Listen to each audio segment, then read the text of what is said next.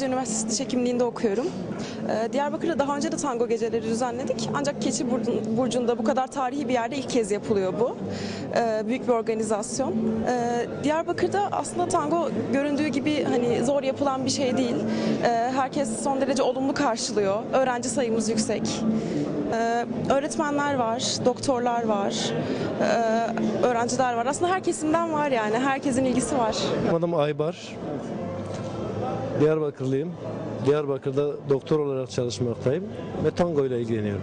Fikren 12 yıl, eylemsel olarak 10 ay.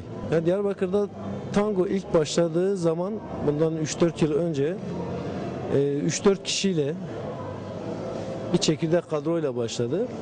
Ama şu anda yaklaşık 100-150 kişinin sürekli devam ettiği bir okul şeklinde devam ediyor. Onların çevresi de gittikçe bir sarmal halinde buna katılıyor. Zaten Diyarbakır'da tango yapan insanların hedefi en az 1500 kişiyle bir sokak tangosu yapmak. Bu inanılmaz bir zaten duygu.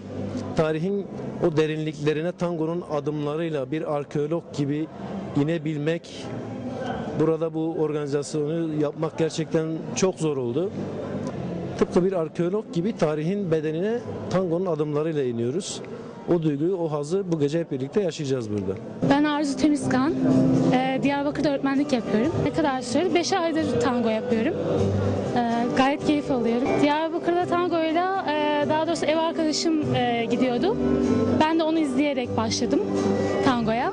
Gayet keyif aldım. Önceden de üniversitede dans etmişliğim olmuştu ama biraz yarıda bırakmak zorunda kaldım. Çok keyifli. Arkadaşlarımız farklı şehirlerden gelen arkadaşlarımız var. Hem onları tanıyoruz hem dansın farklı yönlerini öğreniyoruz. Tango ki çok farklı bir dans.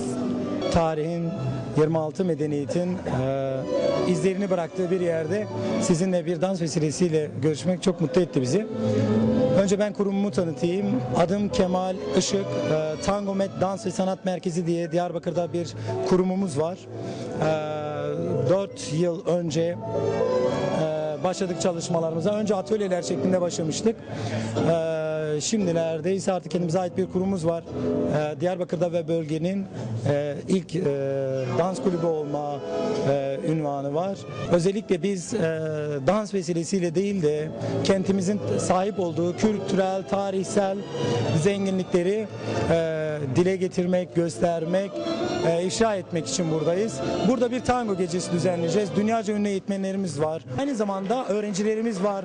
Yak 1500'e aşkın tango öğrencimiz var. Bütün dallarda öğrencilerimiz var. Tango'da şimdi bizim 11 tane sınıfımız var. Muazzam bir ilgi var başladığımızdan beri. Beni hiç şaşırtmıyor çünkü Diyarbakır birçok konuda olduğu gibi bu konuda da çok aktif. Birçok sanatsal faaliyetin kalbi durumunda. Ben ne zaman Diyarbakır desem aklıma bir Berlin gibi, bir New York gibi, bir Londra gibi bir yer geliyor. Diyarbakır, Ahmet diyelim. Ahmet bunun başlıca temsilcilerinden biri. Dünyanın atar damarlarından biridir. Biz de çok mutluyuz. Burada koca bir organizasyon yapıyoruz.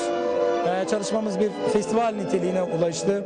Şimdi bu akşam yüzlerce dans eğitimi almış, tango eğitimi almış öğrencilerimizi göreceksiniz. Aynı zamanda sosyal sorumluluk projeleri yürütüyoruz. Hafta sonları çocuklarımıza eğitimler veriyoruz.